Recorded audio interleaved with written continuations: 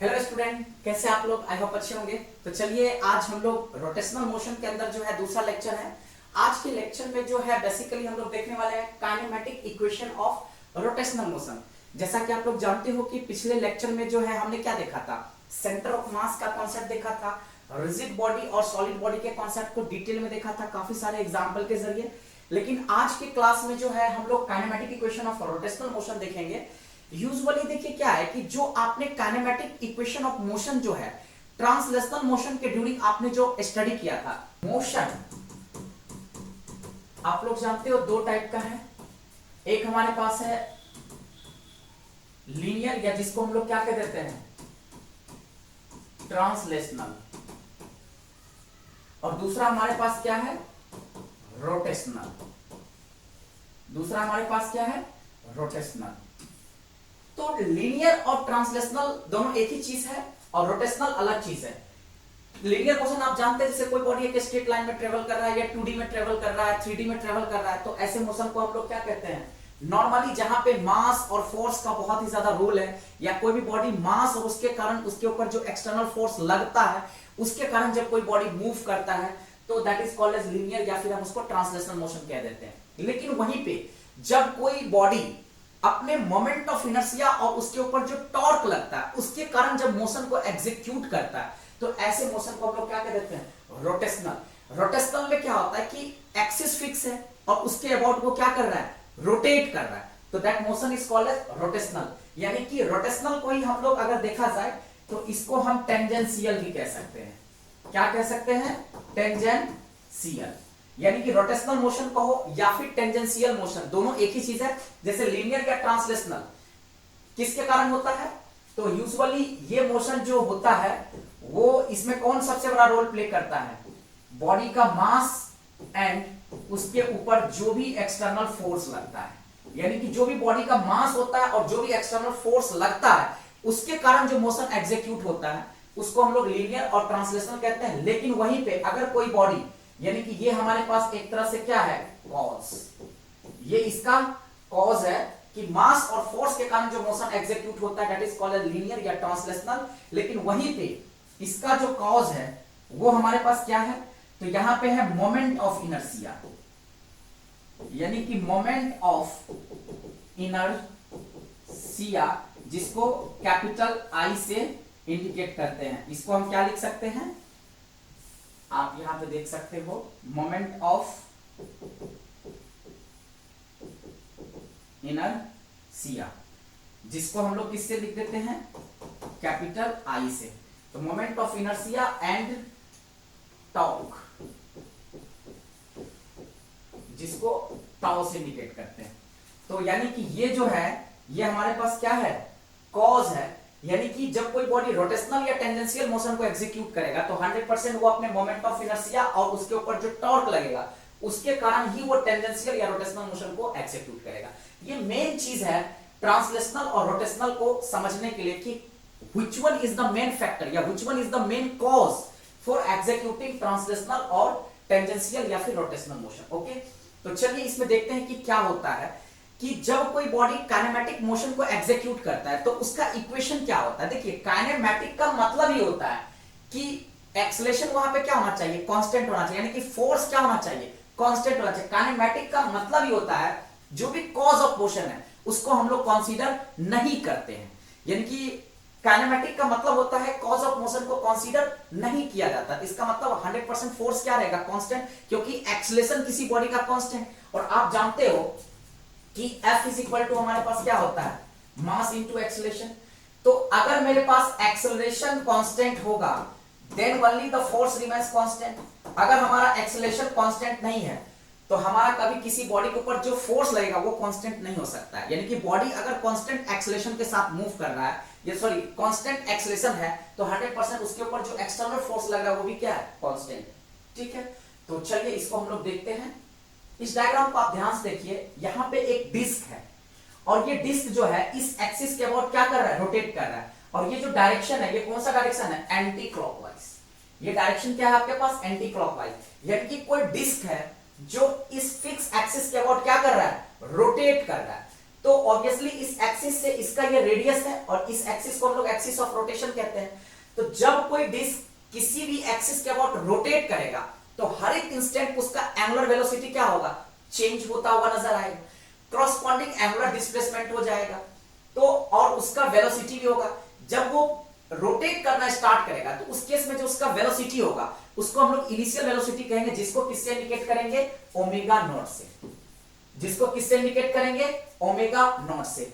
और कुछ टाइम के बाद जब वो सर्टेन वैल्यू को अटेन करेगा तो वो क्या हो जाएगा, उसी चीज को हम लोग कह देंगे ओमेगा। तो ओमेगा का मतलब हो गया फाइनल वेलोसिटी और ओमेगा नॉट का मतलब हो गया इनिशियल वेलोसिटी। बिल्कुल, इसको केवल ध्यान रखना है, ओमेगा नॉट जो होता है वो क्या हो जाता है, इनिशियल वेलोसिटी, और ओमेगा क्या हो जाएगा, फाइनल वेलोसिटी। कुछ नोटेशन है जिसको आपको ध्यान रखना है। अब वहीं पे जब एक्सेलरेशन होगा तो उसको हम लोग किससे इंडिकेट करेंगे, अल्फा। अल्फा यूजुअली किसको इंडिकेट करेगा, एंगुलर एक्सेलरेशन, ठीक है। और जो एंगुलर डिस्प्लेसमेंट होगा वो किससे इंडिकेट करेगा, एंगुलर डिस्प्लेसमेंट। एंगुलर डिस्प्लेसमेंट किससे इंडिकेट करेंगे, उसको थीटा से करेंगे। क्योंकि देखिए लीनियर मोशन के अंदर क्या होता है कि लीनियर मोशन के अंदर हमारे पास यूजुअली जो इक्वेशन होता है वो v is equal to you plus A T, S is equal to U T plus half A T square, और V square is equal to होता है यू स्क्वायर प्लस 2as।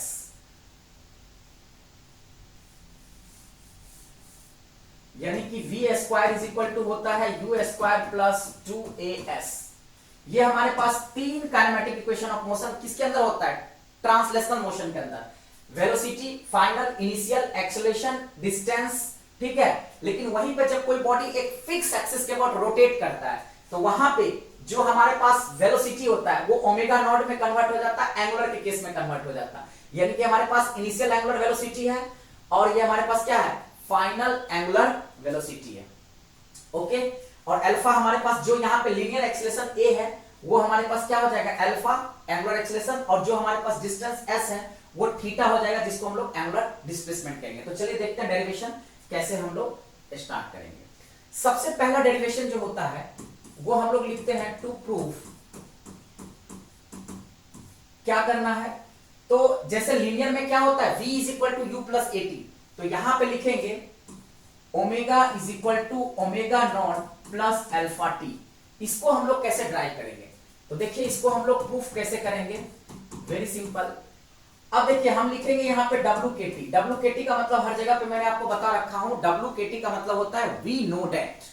तो जैसा कि हम लोग जानते हैं ऑलरेडी, देखिए omega is equal to omega naught plus alpha t को ड्राइव करने के लिए मुझे क्या लेना पड़ेगा, तो बहुत ही सिंपल, मुझे क्या निकालना है, वेलोसिटी निकालना है।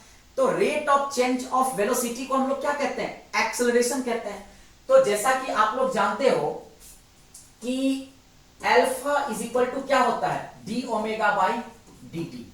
डी ओमेगा बाई क्या लिखते हैं, अल्फा इज इक्वल टू क्या लिखेंगे, डी ओमेगा अपॉन में d t. Alpha is equal to क्या लिखेंगे, डी ओमेगा अपॉन में d t. Rate of change of angular velocity को क्या कहेंगे, एंगुलर एक्सेलरेशन। अब मैं क्या करूंगा, इसको क्रॉस मल्टीप्लाई करूंगा, alpha d t is equal to हमारे पास आ जाएगा डी ओमेगा। अब हमें क्या करना है, हमें तो वेलोसिटी निकालना है, फाइनल वेलोसिटी का एक्सप्रेशन निकालना है, तो इसको हम क्या करेंगे, इंटीग्रेट कर देंगे। तो हम यहां पे क्या करेंगे, दोनों साइड इंटीग्रेट करेंगे। वेरिएबल क्या है, तो आप लेफ्ट हैंड साइड में देख सकते हो टाइम हमारे पास वेरिएबल, टाइम कहां से कहां वेरी करेगा। तो जो डायग्राम हमने आपको दिखाया था, अब यहां से आप ध्यान से देखिए कि ये जो डिस्क है इस एक्सिस के अबाउट जब रोटेट कर रहा है तो इसका इनिशियल एंगुलर वेलोसिटी हमारे पास ओमेगा नॉट है, फाइनल ओमेगा, और एंगुलर एक्सेलरेशन क्या है, अल्फा। Very simple. अब हमें क्या करना है, जब ये रोटेट करना स्टार्ट करेगा तो इनिशियली तो ये रेस्ट पे था, और हम देखेंगे कि टी टाइम के बाद उसका वेलोसिटी कितना हो जाता है। तो ये डिस्क जब रोटेट करना स्टार्ट करेगा तो वहां पे टाइम क्या था, 0। तो हम देखेंगे 0 से टी टाइम के क्रॉस उसका वेलोसिटी कितना होगा। Very simple. तो जो लिमिट हो, क्योंकि वेरिएबल यहाँ पे क्या है, ओमेगा, यहाँ पे जो वेलोसिटी है वो वेरिएबल है, क्योंकि स्टार्टिंग में डिस्क किस पे था, रेस्ट पे था, और धीरे धीरे वो रोटेट करना स्टार्ट हुआ तो कुछ टाइम के बाद वो कुछ एंगुलर वेलोसिटी को अटेंड करेगा। तो जो टी टाइम के बाद वो एंगुलर वेलोसिटी को अटेंड करेगा वही उसका क्या होगा, फाइनल एंगुलर वेलोसिटी। तो इसलिए जो लिमिट लेंगे वो हम कहां से लेंगे, इनिशियल जो हम लिमिट लेंगे वो ओमेगा नॉट से कहां पे ले लेंगे, ओमेगा, और जो टाइम होगा वो क्या हो जाएगा, 0 से t। आप यहां पे बिल्कुल देख सकते हैं। तो अब जो है इसको हम आपको दिखाते हैं ड्राइव करके। वेरी सिंपल, ये हमारे पास क्या आ गया। अब हम इसको कैसे सॉल्व करेंगे, वेरी सिंपल, आप यहां पे देखिए, दिस इंप्लाइज अल्फा कांस्टेंट बाहर आ जाएगा क्योंकि वेरिएबल हमारे पास टाइम है। तो अल्फा को बाहर निकालेंगे तो हमारे पास क्या हो जाएगा, इंटीग्रेशन 0 से t dt which is equal to dx का इंटीग्रेशन x होता है तो d ओमेगा का इंटीग्रेशन क्या हो जाएगा, ओमेगा, और लिमिट हमारे पास है ओमेगा नॉट से ओमेगा। Very simple.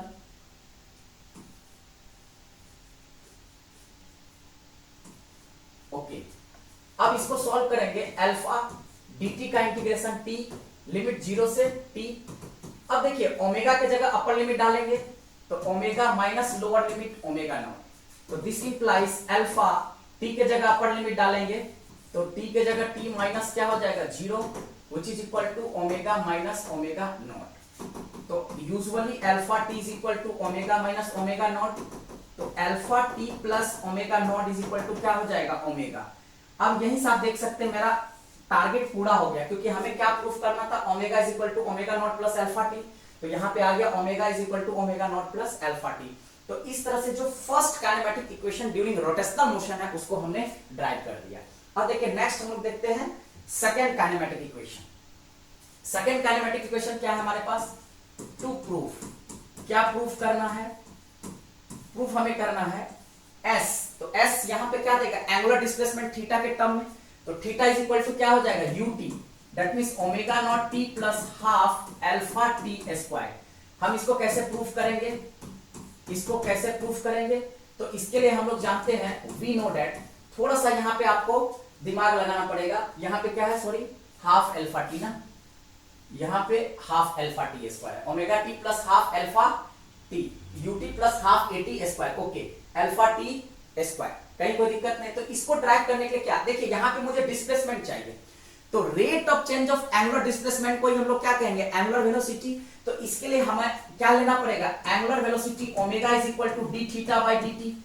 अब हम इसको क्या करेंगे, क्रॉस मल्टीप्लाई करेंगे, तो omega into d t is equal to d theta. Total angular displacement निकालने के लिए मुझे क्या करना पड़ेगा, इंटीग्रेट करना पड़ेगा, क्योंकि हमें क्या चाहिए, थीटा, टोटल एंगुलर डिस्प्लेसमेंट, यानी कि डिस्क जब रोटेट करेगा तो एक पार्टिकुलर टाइम के अंदर वो कितना रोटेट करेगा, तो कुछ ना कुछ डिस्प्लेसमेंट को भी एग्जीक्यूट करेगा।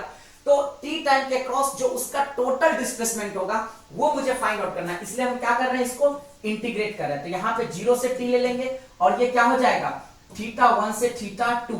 अब देखिए डिस्क जब रेस्ट से चलना स्टार्ट किया तो स्टार्टिंग में जो उसका एंगुलर डिस्प्लेसमेंट होगा वो 0 होगा, और थीटा 2 हमारे पास कितना हो जाएगा, थीटा, यानी कि थीटा 1 जो है वो 0 से थीटा 2 कहां पे चला जाएगा, थीटा। वेरी सिंपल, इसलिए लिमिट जो होगा वो सीधे 0 से थीटा लिख देंगे, इंटीग्रेशन 0 से t, और ओमेगा ऑलरेडी अभी तुरंत हमने ड्राइव कर रखा हूं, omega naught plus alpha t into d t which is equal to हमारे पास क्या हो जाएगा, इंटीग्रेशन 0 से थीटा, और ये क्या हो जाएगा, डी थीटा। तो आप यहां पे इसको इंटीग्रेशन बाय पार्ट्स का कॉन्सेप्ट लगा के खोल सकते हैं।